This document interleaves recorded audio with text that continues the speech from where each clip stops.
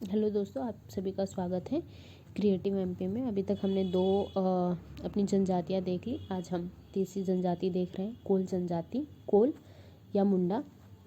मुंडा बोली में अपने यहाँ सदस्यों को हो, हर, कोरो कहते हैं, जिसका अर्थ होता है मानव। ठीक है। ये पर्वत नदियों के किनारे बसते हैं, जिसे कूल कहते हैं, और ये वहीं से कोल शब्द की उत्पत्ति हुई है। कुल से ही कोल शब्द की उत्पत्ति हुई है। ठीक है। कोल अपना मूल निवास जो है रीवा राज्य के बदरी राजा क्षेत्र के कुराली गांव में मानते हैं। ठीक है। तो मतलब रीवा से अपने आप को इनका जो मूल निवास है वो कहाँ पे है, तो रीवा में। ठीक है, कुराली गांव। भौगोलिक वितरण इनका इसका देख लें तो रीवा, सीधी, सतना, शहडोल है ना, यहाँ पे इनका भौगोलिक वितरण है। उत्पत्ति देखते हैं। उत्पत्ति बोलते हैं ये कि आटे बोरम और सिंह बोरम, मतलब आटे बोरम और सिंह बोरम देवता थे। इन्होंने सृष्टि की रचना के लिए नर और नारी को जन्म दिया था। ठीक है। जिससे बच्चे पैदा हुए वो जाके कोल कहलाए। तो आटे बोरम और सिंह बोंगा, आटे बोरम और सिंह बोंगा देवता किसके हैं, तो कोलों के हैं। ठीक। और उन्होंने नर नारी बनाए, जो कि जाके आगे बच्चे पैदा हुए, जो बच्चे हुए वो कोल कहलाए। इससे सृष्टि का जन्म हुआ। ठीक है। पुराणों के अनुसार असक के पुत्र वेन से कोल भील निषाद जाति की उत्पत्ति हुई है। ठीक है। हरिवंश पुराण में भी यही बोला, मतलब पुराण मतलब हरिवंश पुराण। हरिवंश पुराण में ये कहा गया है कि असक के पुत्र वेन से कोल भील और निषाद की उत्पत्ति हुई है। अग्नि पुराण में देख लेते हैं। अग्नि पुराण या मत्स्य पुराण के अनुसार सोमवंश या चंद्रवंश के राजा गंधार के पुत्र कोल को अपना वंशज मानते हैं। ठीक है। गांधार के पुत्र कोल को ये अपना वंशज मानते हैं। मतलब अग्नि पुराण, मत्स्य पुराण में देखा जाए तो सोमवंश के राजा थे गंधार, उनके पुत्र थे कोल, ये उनको अपना वंशज मानते हैं। अष्टवक्र ऋषि के गाय कामधेनु से इनकी उत्पत्ति माना जाता है कि जो अष्टवक्र ऋषि की गाय थी कामधेनु, उससे इनकी उत्पत्ति माना जाता है। कोलों की, मुंडा की, सबर और भूमिज की उत्पत्ति कामधेनु गाय से। ठीक है। अब इनकी ऐतिहासिक पृष्ठभूमि देख लेते हैं। काले रामायण कालीन सबरी से अपना संबंध बनाते हैं। मतलब सबरी जो माता होती है ये उनको उनके अपने वंशज मानते हैं। ठीक है। और माता सबरी जयंती भी फाल्गुन मास के कृष्ण सप्तमी को मनाते हैं। ये कोल लोग होते हैं, माता सबरी को ये तो कहते हैं कि रामायण कालीन जो सबरी माता थी ये काल होगा। ठीक है। तो माता सबरी को ये अपना वंशज मानते हैं। ठीक है। और फाल्गुन कृष्ण पक्ष सप्तमी को ये सबरी माता जयंती भी मनाते हैं। अब देखते हैं इनका। हाँ, और माता सबरी जयंती के अवसर पर सतना में कोल जनजाति का महाकुंभ का आयोजन किया जाता है, ये याद रखिएगा। आई होप दिख रहा होगा। मैं बहुत अच्छे से PDF क्लिक करती हूँ पर पता नहीं क्या हो जाता है कि सब ब्लर दिखने लगता है। आगे से और अच्छे से ध्यान रखूँगी मैं। माता सबरी जयंती के अवसर पर, ठीक है, मतलब जो माता सबरी का ये जयंती मना रहे थे उसके अवसर पे क्या करते हैं ये कि सतना जिले में कोल जनजाति महाकुंभ का आयोजन करती है। तो याद रखिएगा किस जिले में, सतना जिले में। ठीक है। शारीरिक विशेषताएं देख लें तो ये ऑस्ट्रियाई प्रजाति से संबंधित है। ठीक है। कोल किससे है, ऑस्ट्रियाई प्रजाति से। अब इनकी हम सामाजिक व्यवस्था देख लेते हैं। इनकी उपजातियाँ देखते हैं। उपजातियाँ कितनी, 22 उपजातियाँ। ठीक है। जैसे कि ठाकुरिया, कुबरी की संतान इनको माना जाता है। ठीक है। और राबाटिया कुबरी जो है वो सबरी जी की बहन थी। ठीक है। ठाकुरिया कुबरी की संतान, राबटिया सबरी जी की संतान, वसिया श्रमिक कोल को वशिया कहते हैं। रौतिया या रौतेले ये जमींदार होते हैं। कागवारिया आपके कुआर में पूजा, मतलब जो पूजा वूजा करते हैं ना, कुआर में पूजा करते हैं, कागवारिया। गढ़वारिया जबलपुर के गढ़ा स्थान में ये रहते थे, इसलिए गढ़वारिया कहलाए। दिसहा या देहसा रीवा के कोल हैं। रीवा के कोलों को क्या कहते हैं, दिसहा या देहसा कहते हैं। रीवा के कोलों को कहते हैं। गढ़वारिया कहाँ की है, तो ये जबलपुर के गढ़ा स्थान में रहते थे। कागवारिया क्या है, ये कुआट में पूजा करते हैं। कुंवार, ठीक है। रौतिया रौतेले जमींदार हैं। वासिया श्रमिक जो मजदूर कुल होते हैं उनको वसिया कहते हैं, ठीक है। रबटिया क्या है, सबरी जी की संतान है। और ठाकुरिया कौन है, कुबरी जी की संतान है, जो कि सबरी जी की बहन थी। अन्य जनजात देख लेते हैं इनकी उपजातियाँ। तो कठौतिया हो गया, कबीरा हो गया, कबीरपंथी है कबीरा, ठीक है। करपाहिया हो गया, कपाट हो गया, चेबाहा हो गया, कुम्हारिया हो गया, बगई हो गई, बंदी हो गई, खगार हो गई, खरवार हो गई, बिज हो गई। तो बंदी, बिज ये याद रखिएगा। एक कबीरा याद रखिएगा, ठीक है। कठौतिया एक याद रखिएगा, कठौतिया। करपारिया, कपाट। तो करपारिया कर मतलब क्या बोलूँ मैं, करपारिया जैसे सिर को भी कहीं कहीं कपार कपार बोलते हैं ना, तो उससे याद रखिएगा करपारिया। कपाट, ठीक है, गेट कपाट खोल दो, ठीक है। चेबहा, कुम्हारिया। कुम्हारिया शायद वो कुम्हार वुम्हार वाले जो कोल होते होंगे उनको कुम्हारिया कहते होंगे। बढ़गई मतलब जो बढ़ई वाला काम करते होंगे उनको बढ़गइयाँ कहते होंगे। खगार या खरवार, खरवार जो खरपत उठाते होंगे उनको खरवार, मतलब ऐसे याद करने के लिए कुछ भी, ताकि याद रहे हमें। इनका सामाजिक संगठन देख लेते हैं। मुकद्दम, गोटिया, चौधरी, महतो, ये जो सारे एक ही नाम है, चाहे इनको मुकद्दम बुला लो, चाहे गोटिया बुला लो, चाहे चौधरी बुला लो, चाहे महतो बुला लो। ये कौन है, पंचायत के प्रमुख हैं, ठीक है। और इनकी पंचायत को गोहिया कहते हैं। जो पंचायत है, पंचायत का जो भी स्थान होगा कि सरपंच आके बैठ रहे, उस पंचायत को गोहिया कहेंगे।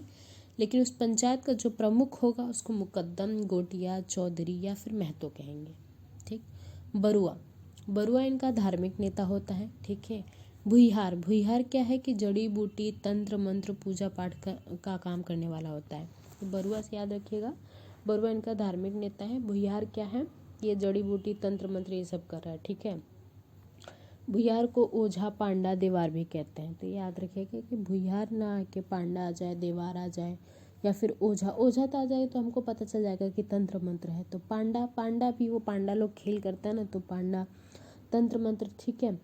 देवार और भुइहार याद रखिएगा कि देवार मतलब वही तंत्र मंत्र करेंगे तभी देव आएंगे, तो देवार हो गया। भुइहार, ठीक है, भूमि में ऐसे लेट लेट के कुछ डांस वांस करेंगे, तंत्र मंत्र, जड़ी बूटी ऐसे समथिंग, तो ये भुइहार हो गया, ठीक। ये ना मैं बस याद करने के लिए ऐसे चीज़ें बोलती रहती हूँ। अब ये देखिए इसमें मैंने कितना सही से खींचा है, लेकिन क्या बोलूँ मैं। चलिए स्टार्ट करते हैं। नेक्स्ट वो मैं वापस से PDF चेंज करके ले आई, क्योंकि उसमें कुछ दिख ही नहीं रहा था, मैं क्या ही बढ़ाती, ठीक है। तो कोल का हम देख लेते हैं, भुइहार हमने देखा था।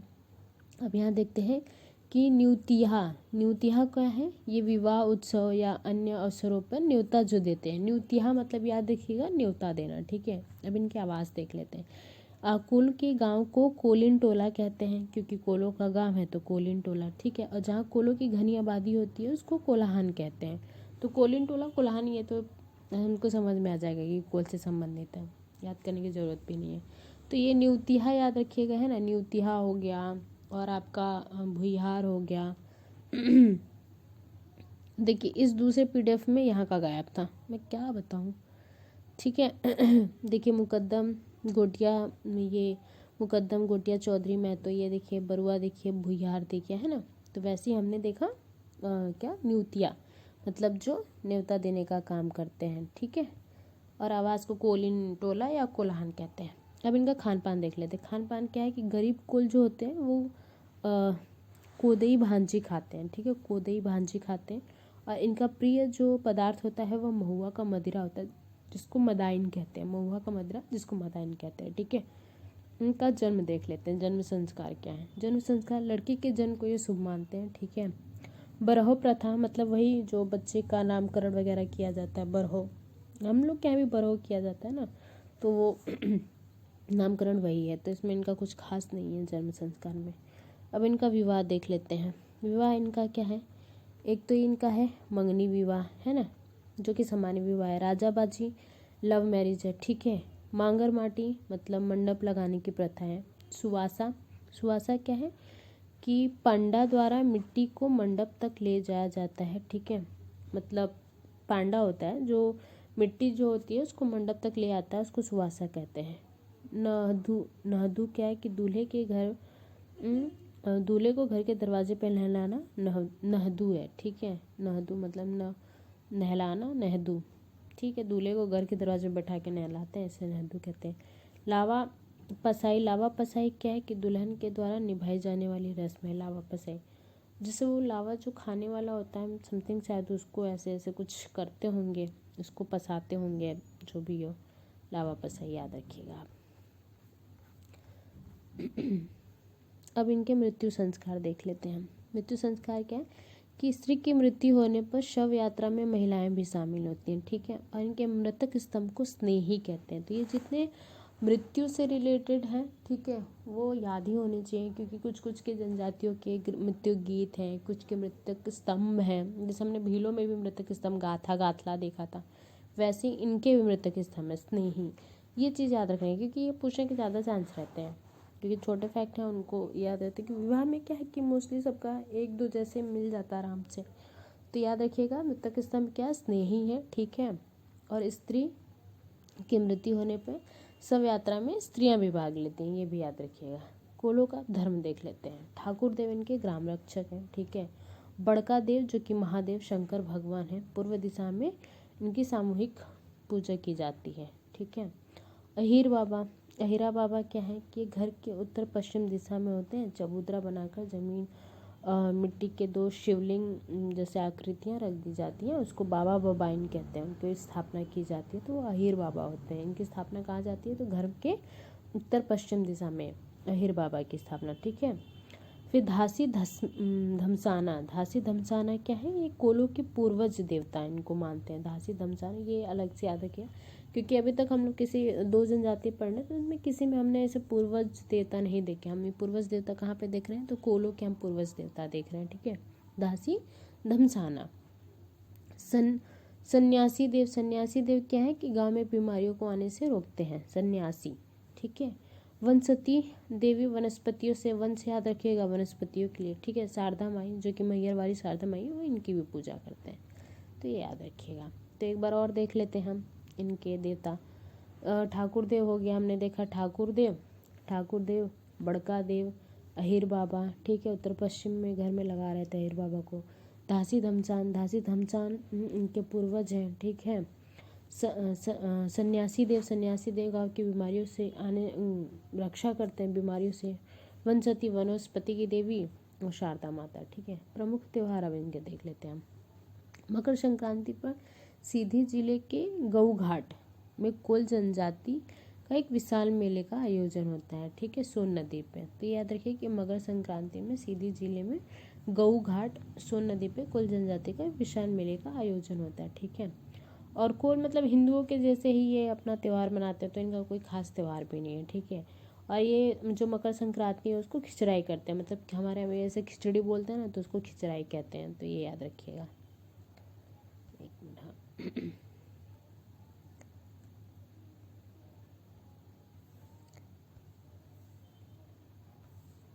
अब देखिए कोलों का बस इतना ही है, उसमें है ही नहीं। कोल बहुत छोटी सी जनजाति, इसका कुछ नहीं है। इसके जो त्यौहार व्यवहार हैं सब नॉर्मल हमारे जैसे ही मनाते हैं, तो इनका कुछ नहीं है। इसे याद रखिएगा कि रीवा में मिलते हैं मोस्टली, है ना, रीवा इनका मूल स्थान है। कोल दहका, अब इनके नृत्य और संगीत देख लेते हैं, ठीक है। कोल दहका कहते हैं, कोल दहकी नृत्य कहते हैं, ठीक है। ये प्रश्न उत्तर शैली में होता है और ढोलक इसका वाद्य यंत्र है, ठीक है। कहेरा गीत होता है, सोष्टा गीत होता है, लांबा पोर्शन शादी गीत है, लांबा परोसन शादी गीत है, सोष्टा गीत है, केहरा गीत है, केहरा, ठीक है। कोल दहल का कुल दह की तो हमको पता है, कोल से याद ही आ जाएगा।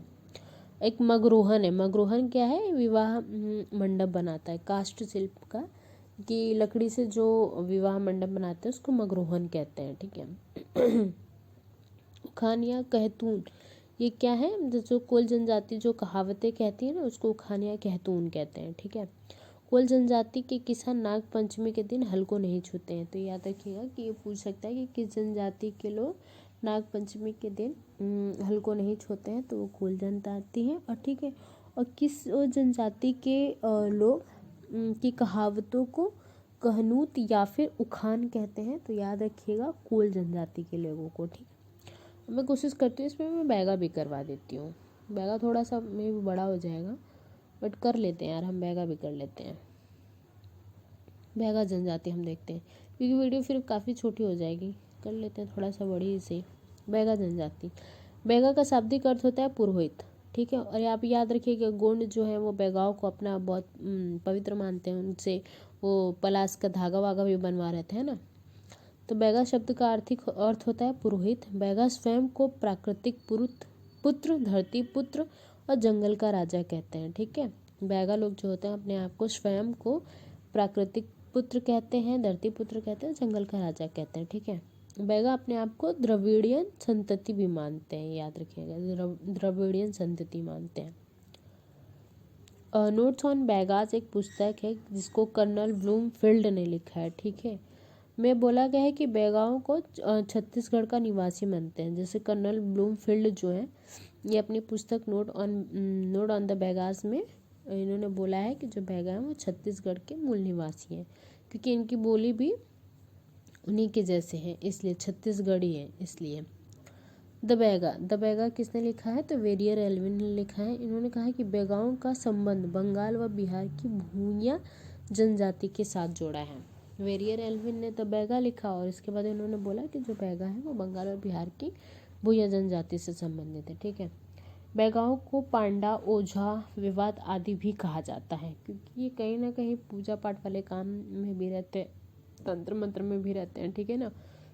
तो इसलिए बैगाओं को पांडा, ओझा और विवाद भी कहते हैं। अब इनका भौगोलिक वितरण देख लेते हैं। ये कहाँ मिलते हैं? डिंडोरी हो गया, मंडला हो गया, बालाघाट हो गया, सीधी हो गया, मतलब दक्षिण। ये जैसे ये एमपी है तो एमपी का ये पूरब और इन्हीं से दक्षिण पूर्व में बैगा मिलते हैं, ठीक है। बैगा चक देख लेते हैं। बैगा चक क्या है कि JL के लेरियर के अनुसार 1890 में ये बैगा चक बना, ठीक है, जो कि डिंडोरी जिले के सामानपुर विकास खंड के 52 गांव को कहा जाता है बैगा चक, ठीक है। डिंडोरी जिले के तो एक सामानपुर है और 2 और ज़िले हैं। अगर आपको लिखना हो तो आप लिख सकते हो, इसमें लिखा नहीं है। तो बैगा चक जो है, एक तो ये जेके लोरियन द्वारा तो इसको बैगा चक को बनाया गया था। तो डिंडोरी का एक सामानपुर है, ठीक है, एक करंजिया है, एक बजाड़ा है। तो बजाड़ा, करंजिया, सामानपुर, ठीक है, इन गांवों को मिला के बैगा चक बनता है डिंडोरी के, तो याद रखिएगा।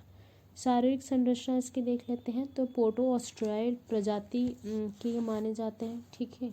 और ये अपने को ये अपने को गोंडों का बड़ा भाई मानते हैं। कौन? बैगा। अपने को गोंडों का मतलब गोंड इनसे छोटे, ये अपने आप को उनसे बड़ा भाई मानते हैं, ठीक है। इनकी सामाजिक संरचना क्या है कि पितृसत्तात्मक समाज है, एकल परिवार है, ठीक है। उपजातियां देख लेते हैं। भूमिया क्या है? ये खुद को भूमि का स्वामी मानते हैं, इसलिए इनको भूमिया कहा जाता है। नेक्स्ट, ठीक। और भूमिया के बाद कौन आता है? भरोतिया। भरोतिया क्या है कि ये भरण पोषण कर रहे हैं, हल का उपयोग नहीं करते हैं, इसलिए इनको भरोतिया कहते हैं। तो याद रखिए कि भरण पोषण करते हैं और ये हल का यूज़ नहीं करते। भूमिया कहते हैं कि भूमि को अपने आप को भूमि का मानते हैं, इसलिए भूमिया कहते हैं। बिझावर क्या है कि राजवर्ग या जमींदार वर्ग जो होता है उसको बिझावर कहते हैं। बैगाओं के ये सभ्य उपजाति होती है। बैगाओं में सबसे सभ्य उपजाति है, वरना आपको तो पता ही होगा कि बैगा, जैसे बैगा हो गया, भारिया हो गया, सहरिया, ये पिछड़ी जनजातियों में आते हैं।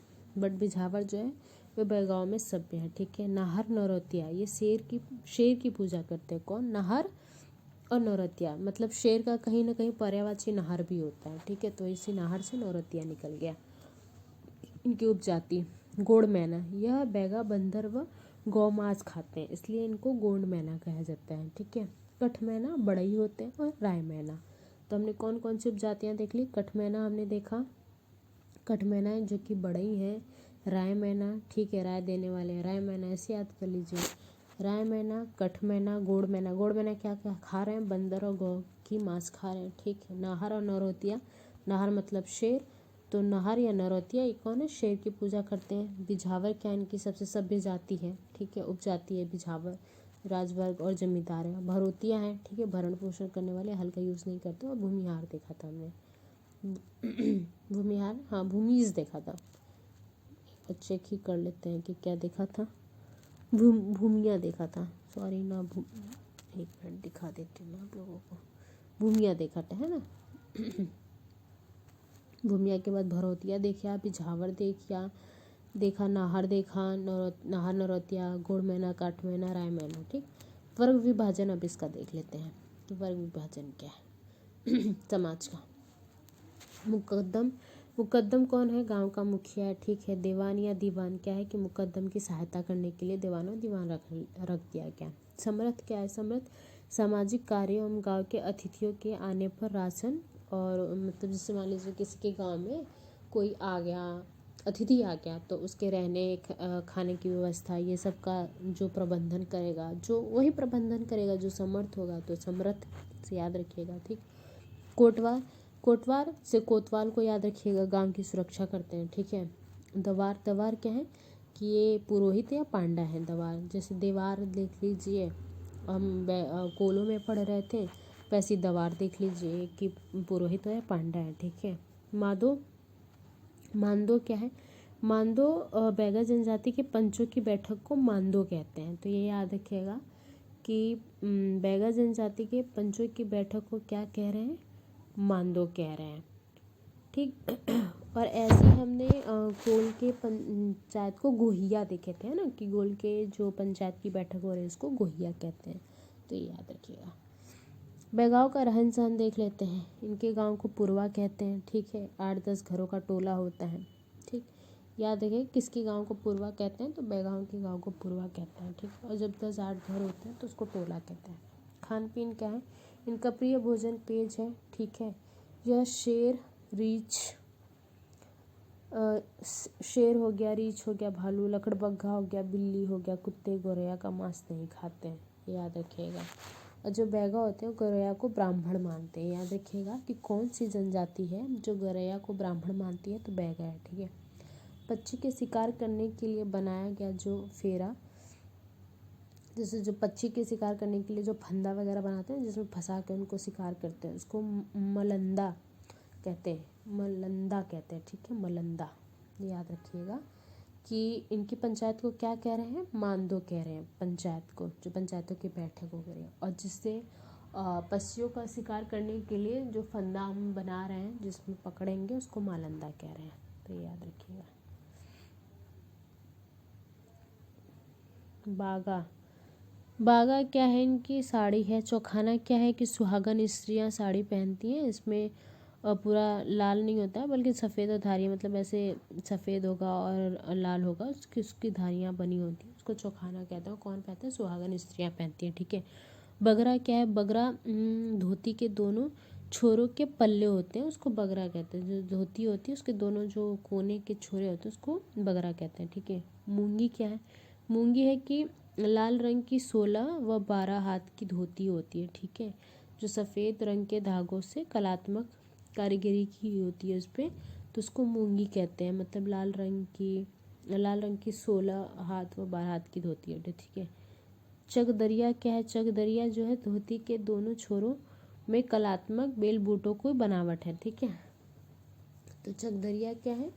धोती के दोनों छोरों में कलात्मक बेल बूटों की बनावट है, उसको चकदरिया कहते हैं। अब इनका जन्म संस्कार देख लेते हैं। मैंने तो कुछ छोड़ा तो नहीं है ना? नहीं। जन्म संस्कार देख लेते हैं इनके क्या क्या हैं। तो सोअर उड़ाई, सोअर उड़ाई मतलब छठे दिन जब नवजात शिशु का नारा सूख कर गिर जाता है तो इसे छठी पूजा कहते हैं। तो उसको सोअर उड़ाई भी कहते हैं, छठी पूजा को, मतलब याद रखिएगा सोअर उड़ाई भी कहते हैं। ठीक है। बर्रा दाना, बर्रा दाना क्या होता है? कि जैसे मान लीजिए किसी माता के सिर्फ लड़की लड़की पैदा हो रही है। ठीक है। तो उनको क्या करते हैं कि जो लड़की पैदा हुई है उसको सूप में सुला के और माँ के ऊपर से फेरते हैं।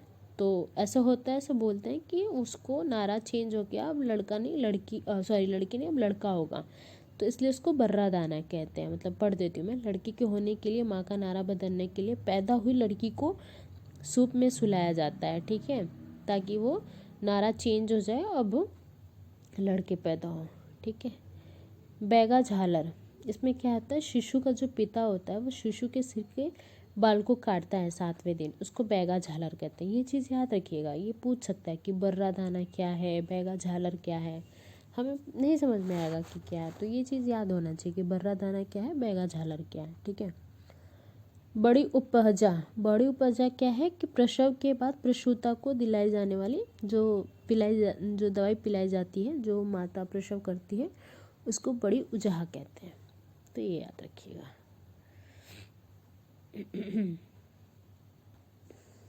नेक्स्ट चलते हैं, इनके विवाह संस्कार देख लेते हैं। ठीक है, दिख ही रहा होगा।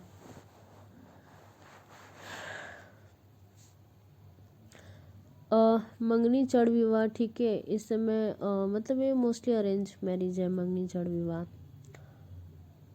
टापा खांडा, रिश्ता पक्का हो जाता है तो। ठीक है।